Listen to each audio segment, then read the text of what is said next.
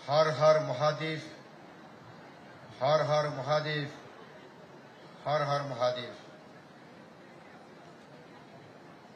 आज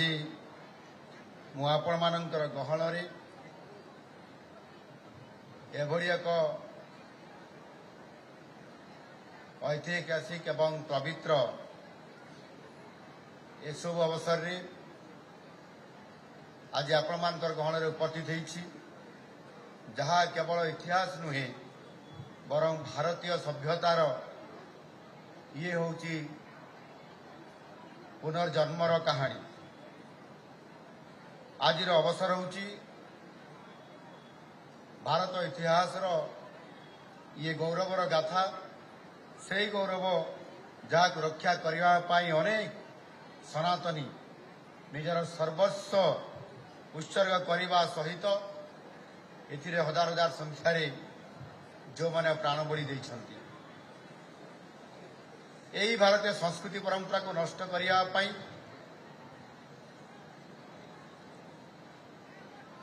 प्राय गत 1600 वर्ष धरिकी अनेक चेष्टा एवं आक्रमण होइछि, किंतु प्रतिथर यह को प्रतिहत करे भारतीय संस्कृति और सभ्यता पुणी थरे गौरवे एवं सही सनातनी मानकर द्वारा पुनर्बार आउथरे पुनर्प्रतिष्ठा ही मुंड टेकी पारिछि। यार सर्वश्रेष्ठ निदर्शन होउछि प्रभास तीर्थ श्री सोमनाथ मंदिर। एही महान शैव पीठ को ध्वंस करबा पई शह शह वर्ष धरी आक्रमणकारी माने फंडा उठेइछन्ति, आक्रमण करिछन्ति, अनेक सनातनी को हत्या करिछन्ति। प्रतिथर महादेवंकर सही पवित्र ज्योतिर्लिंग भारतीय सभ्यता को आज आमको अमरत्व प्रदान करी आसी अछि। सोमनाथ मंदिर होची आमर आत्मसम्मान एवं ये होची आमर स्वाभिमान रो प्रतीक। गुजरात अरब सागर तटरे दंडायमान सही मंदिर केवल ये पथर चूनर एक स्थापत्य केवल नुहे, यह हूँ भारतर दुर्जय संकल्पर ये प्रमाण। आउ शास्त्र मध्य कहे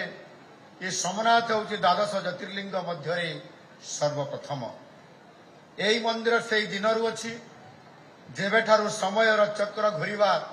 आरंभ करिछि। महाभारत आरंभ करी भागवत पुराण एवं महाकवि कालिदासंकर रघुवंशम पर्यंत ये सोमनाथंकर महिमा प्रतिटी शब्दरे, प्रतिटी वाक्यरे,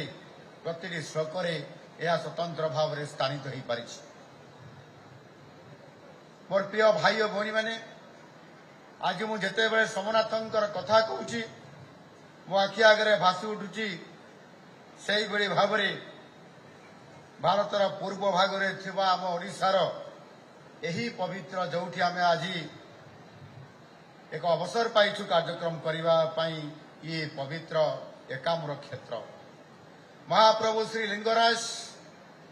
एवं प्रभु श्री सोमनाथंकर मध्य एक अदृश्य तथा गभीर संपर्क निबिड़ भाव प्रतिष्ठा हो आसी अछि। गुजरात पश्चिम तटरे सोमनाथ जमिति समुद्र गर्जन सह शिव तत्व प्रचार करुछन्ति। ओडिशार सही पुण्यभूमि लिंगराज महाप्रभु समिति कोटि कोटि ओडियांकर आस्था को आज पर्यंत सुरक्षित दे आसी अछन्ति। उभय सोमनाथ मंदिर एवं लिंगराज मंदिर आमर प्राचीन स्थापत्यर प्राचीन कलार एक स्वतंत्र परिचय। कहीं कौ दिनरू यह संपूर्ण भाव स्वतंत्र भाव परिचय दे आसी। जेते बेले गजनीर सुल्तान महमूद सोमनाथ को लुंठन करुथिले सेते बेले मध्य भारतर पूर्व भागरे अर्थात आम ओडिशार गंग वंशी एवं सूर्य वंशी राजा माने हिंदू संस्कृतिर ध्वजा को उच्चा करी सेमाने एठी प्रतिष्ठा करेकरी ताकु स्वतंत्रता रक्षा करने सहित बजाई रखि पारिथिले। आज लिंगराजंकर पाद तले थाई मु एतिकी कहबी सोमनाथ जदि भारतर पश्चिम प्रहरी तेबे लिंगराज हेउछन्ति पूर्वर एक अविचलित शक्ति एक अविचलित शक्ति भारतीय संस्कृति और परंपरा किभली भाव आक्रमणकारी शिकार होता ताहार दुईटी निच्छक उदाहरण होउछि सोमनाथ मंदिर गुजरात एवं आम ओडिशार ओडियांकर प्राण पुरीर श्रीमंदिर सोमनाथ मंदिर विदेशी आक्रमणकारी द्वारा आक्रमण होता बेले श्रीमंदिर एवं प्रभु श्री जगन्नाथ देश भितरे थिबा विधर्मी द्वारा आक्रमण ये शिकार होता किंतु प्रभु जगन्नाथ सेवक और जगन्नाथ प्रेमी यही आक्रमण को प्रतिहत करी जगन्नाथ संस्कृति को बंचाई रखिबारे सेमाने केवल खाली समर्थ होई नाहंती सेमाने आज मध्य एक आस्था एवं प्रतीक हिसाब रे आज आम समस्त सामने से दिन रक्षा कर आसी पारिछंती इतिहास पृष्ठ उलटाइले रक्तर दाग देखा जाए सोमनाथ मंदिर उपर एक दुई तीन थर केवल नुह गजनीर सही सुल्तान बर्बरचित भावे सही सुल्तान महमूद थरे नुह दी थर नुह आमे समस्त इतिहास रे या पठन करिसंती 17 थर आक्रमण करिथिले एवं ता परे मध्य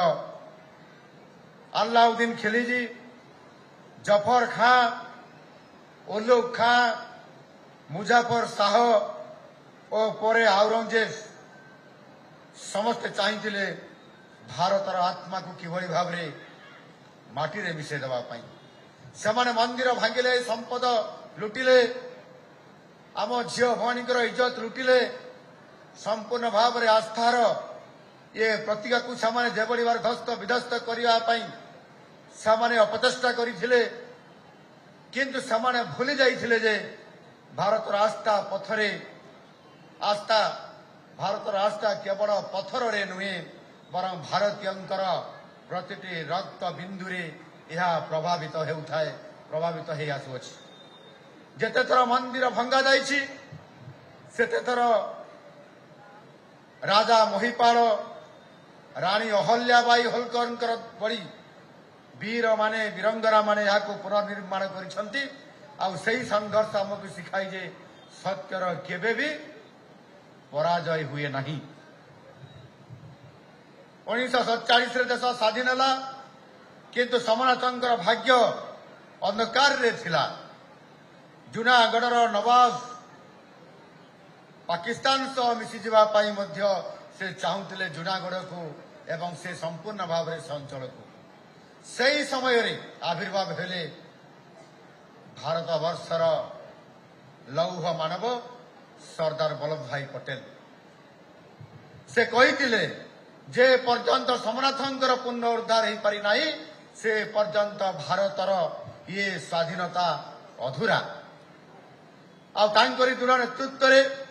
जूनागढ़ भारतर अंश है एवं सरदार पटेल सोमनाथ मंदिर पुनर्निर्माण करने सेते बेले संकल्प नेले एवं भारत वर्षर प्रत्येक श्रद्धालु को आह्वान करले किंतु आपण माने ये कथा भी जानिछंती सही कलंकित इतिहास सेते बेलर स्वाधीनता होला परवर्ती पर्याय जेते बेले सोमनाथ मंदिर निर्माण करिवार कथा आसिला किछि तथा कथित सही धर्म निरपेक्षता नारे यही मंदिर निर्माण को समाने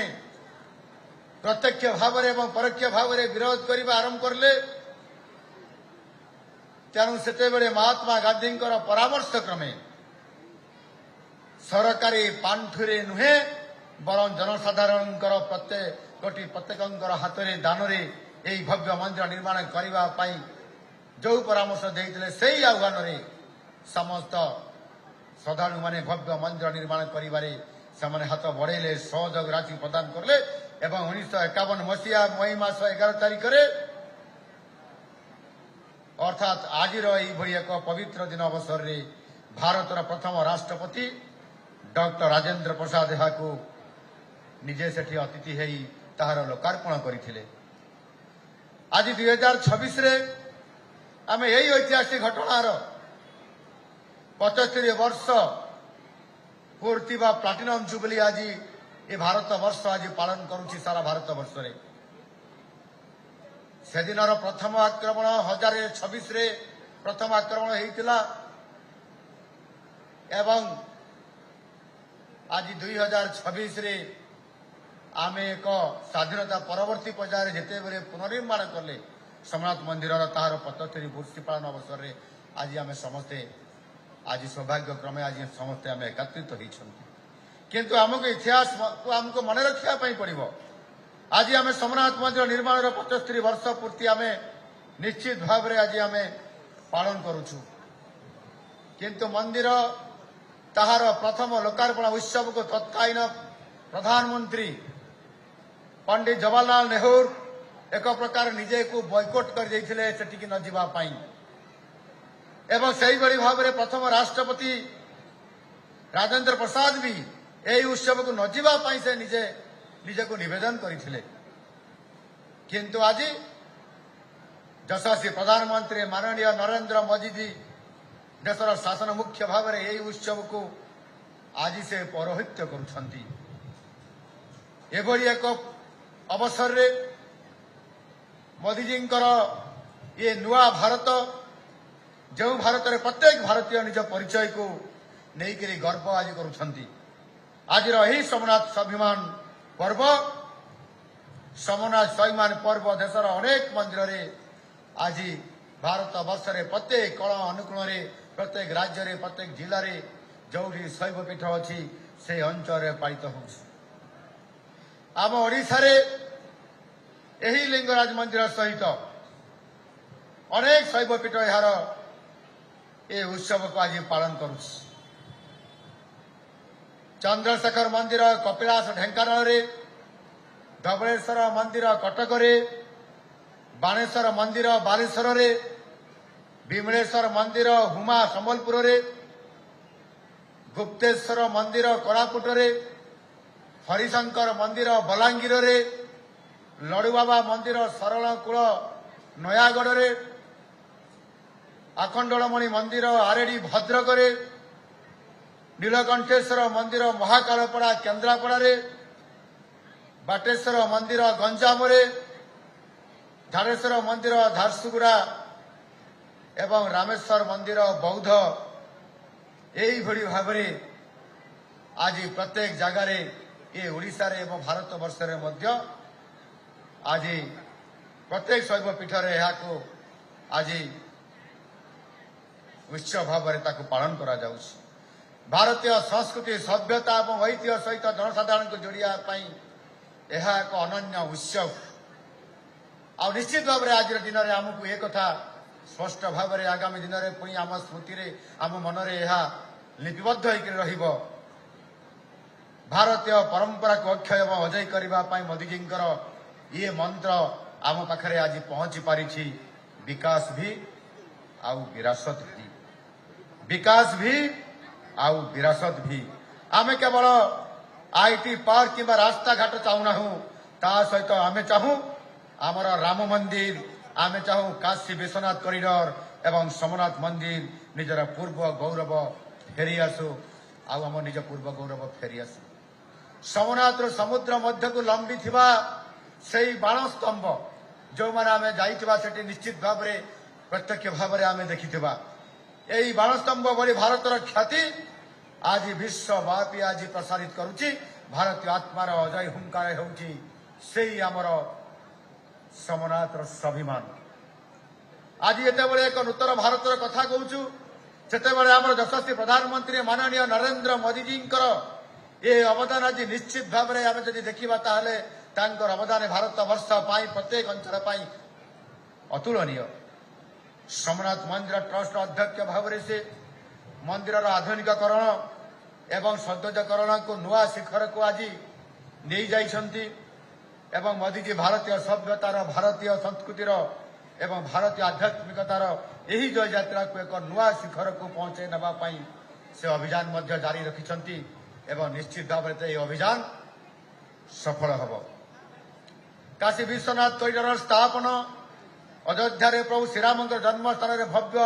मंदिर निर्माण आदि पदक्षेप जरिया से भारतीय सभ्यतार आत्मा को पुनर्जागृत करने प्रयास करी आज सफल नेतृत्व देवा सहित आज समस्त सनातनी मान एक विश्वासर प्रतीक हिसाब से आज प्रतीयमान कर मोर प्रिय भाई और भौणी मैंने सोमनाथंकर इतिहास आमको गोटाए कथा शिखाए ता होउची धैर्य एवं आत्मसम्मान। जेमिति सोमनाथ मंदिर बार बार आक्रमण सर्ते आज सगर्व शिर उत्तोलन कर छिड़ा होईची आम ओडिशा मध्य सेमिति निजर संस्कृति परंपरा एवं अस्मिता को नहीं आग को आमको बढ़िया पड़ो। लिंगराज भूमि मु आज सोमनाथन को एठु मु आज प्रणाम करुछि आज मु एठु प्रणाम करुछि ये निश्चित भाव रे आज भारतर आध्यात्मिक आकाश रे एक नूतन सूर्योदय आज हो पारि। गुजरात सोमनाथ तीर्थ ठार आरंभ करी ओडिशार एकाम्र क्षेत्र पर्यंत सबुठी आज पुनरुद्धार शंखनाद आज शुणा जाउछि एवं आमको काम करिया पई पड़िबो। ये कामर आह्वान रे आमको सामिल हवा पई पड़िबो। ओडिशा हेउछि सेही कला और संस्कृतिर ये माटी आमर प्रतिटी पत्थर रे इतिहास खदई होईछि एवं प्रतिटी मंदिर शीर्ष रे उड़ुथबा नेत आमर अस्मितार परिचय हिकरी आज दंडायमान होईछि। आम सरकार मूलमंत्र हेउछि आम ऐतिह्य को सम्मान देवा सहित ओडिशा को विकासर शिखर रे आमे पहुंचैबा। आज आमे केवल भविष्य गढ़ुना हूँ बरं आमर गौरवमय अतीत को मध्य सजाइबा पई ये जो मुहूर्त आसी ये समय को आमे निश्चित भाव में तार सुविनियोग करी आगामी दिन में संस्कृति ऐतिह्य परंपरा को पुनर्स्थापित करी सनातनी को समस्त सामने थोड़ा। आपण मैंने जानती आम सरकार ओडिशार प्रमुख मंदिर गुड़िकर रूपांतरण करने सौंदर्यकरण करने पुनरुद्धार करने दृढ़ संकल्पबद्ध अच्छा एवं ताकू मध्य आज पूरा करने काम आरंभ कर पुरी श्रीमंदिर श्रृंखलित नीति धाड़ी दर्शन और सौंदर्यकरण ठार आरंभ करी भुवनेश्वर एकाम्र क्षेत्र सौंदर्यकरण पर्यंत आमे विश्व स्तरीय भित्तिभूमि आज प्रस्तुत करने जाउछंती। सोमनाथ मंदिर जमीती सरदार पटेलंकर स्वप्न थिला ओडिशार प्रतिटी प्राचीन शैवपीठ और शक्तिपीठर विकास होउछि और ताहा मध्य होउछि आमर प्रकृतरे दायित्व। आमे केवल पत्थर निर्माण करूना हूँ बरं श्रद्धालु मानकर पाई एक आध्यात्मिक परिवेश सृष्टि करी सनातनी आस्था भजन करने प्रयास जारी रखिछु। 330 कोटी टंका विनियोग एकाम्र क्षेत्र विकास पाई पदक्षेप आम सरकार तरफ निया जाउछि।